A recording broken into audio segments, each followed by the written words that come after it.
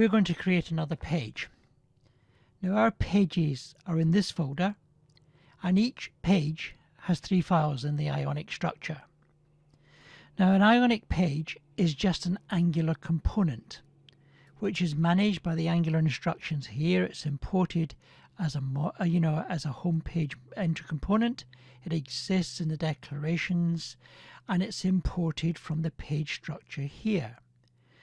This is mostly to do with the Angular part of the operations, and we're skirting around that because I just want to show you how we deal with Ionic.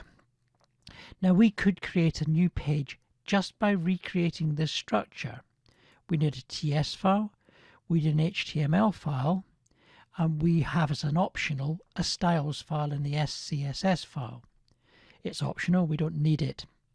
Now we could absolutely create this folder and these files to help us to create a page, but we don't have to. The Ionic command line, which we've already used, as you know, to go Ionic start, a name of our application and what type of application blank that we were going to create. We did Ionic serve in order to get our browser to display our project, and we can use the Ionic CLI, the command line interface, to do jobs inside our project as we need them. So how do we make a new page? We're going to use the terminal window because that's where we execute our commands, but we're using this one here, this terminal window, to give us the server that we need to serve up the page here. So in VS Code, which is brilliant, we can do that and we get a new terminal window. Now we've also got to cd into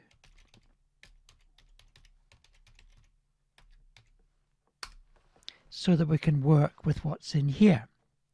Now we make a new page by using the Ionic instruction generate or G page, what we want to generate, and we're going to generate a page called detail.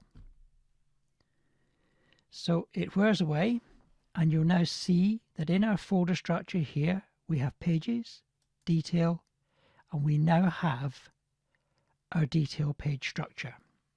In Ionic 3 it's adding an additional file, but we won't need to use that file. We'll carry on using our HTML and our TypeScript file just here.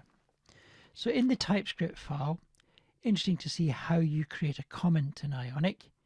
So we can just delete that comment, don't need it. It's probably better to have your nav control access as private, and we do not need this particular method, which is ion view did load, because all it's doing is just telling the command prompt that it's loaded into the console. So we can now do Control Save and save that file, and we can look at our HTML file. Once again, we've got a comment that we don't need. I think we should change the title of the page to detail page, and in here we'll just put some placeholder text to do. So we'll save that page, and now what we need to work out is how we can open this page here from our home page when an item is clicked. So we go to our home section here, and it's this page that we want to use to launch the other page called detail. Now what I've done is I've opened up an HTML. Now this is just displaying stuff. It doesn't have any interactivity. It doesn't do anything. It draws things in from our data model like the inquiry.name, but it doesn't do anything in terms of the functionality of the application. Where that happens is in the home.ts file. Now I've already added the code so that you don't have to sit and watch me type this one, but I'll go through everything that I've done as I look at each of the elements that I changed. In our home.ts file, we have to tell the home page about the detail page, so we import it. Now our import is import detail page from, and the pathway is up one level, dash, then detail, and that tells this home.ts that we have a detail page that we can now use. Our TS file has the import nav controller from Ionic Angular. This is a built-in controller that allows us to use navigation structures. It is then named in the constructor as nav control so that we can use it in our functions. It's available to us. It's being constructed. So in our onItem click, we use this .nav control push the thing we want to push, which is the detail page. In this particular instance, what we're doing is we're adding this detail page to this stack. And the way in which Angular and Ionic work is that the page is at the top, that is at the top of the stack, is the page that is displayed. Now what we also need to do is we need to let the application know about this page. So we go into app.module.ts and we add import so that the app.module.ts knows about the detail page. We declare it and we say that it's also a detail page entry component. So we are now ready with everything that I think we need. So we can do a file, save all, and it's built really quickly. And let's see what happens when we click one of the items.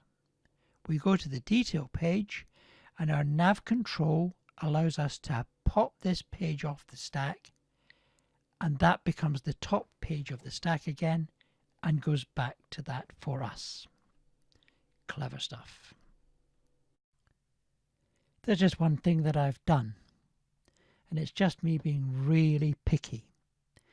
I've changed the structure of this so that the imports section goes at the top. The first thing that happens is it does the imports. And I've moved the bootstrap right to the end. And the bootstrap is let's launch. So it makes sense to me that you do everything before you do the launch. First thing you do, you imports, declare what we need, assign your entry components, say what providers you're going to want, and then launch it. So that's just me being really picky, and I've changed it. I'm going to do Control S, click my item, and you can see I'm getting that. Just make sure it's not something that's a legacy. So I'm getting Mary Brown, and I'm getting the object. I'm back in the detail page, go back to the home page, and you can see that I'm still working. Now what we're going to do next is we're going to say that this inquiry that's been clicked should be passed from this home page into the new detail page. And we're going to use nav params, in order to do that. And that's what we'll do in our next video.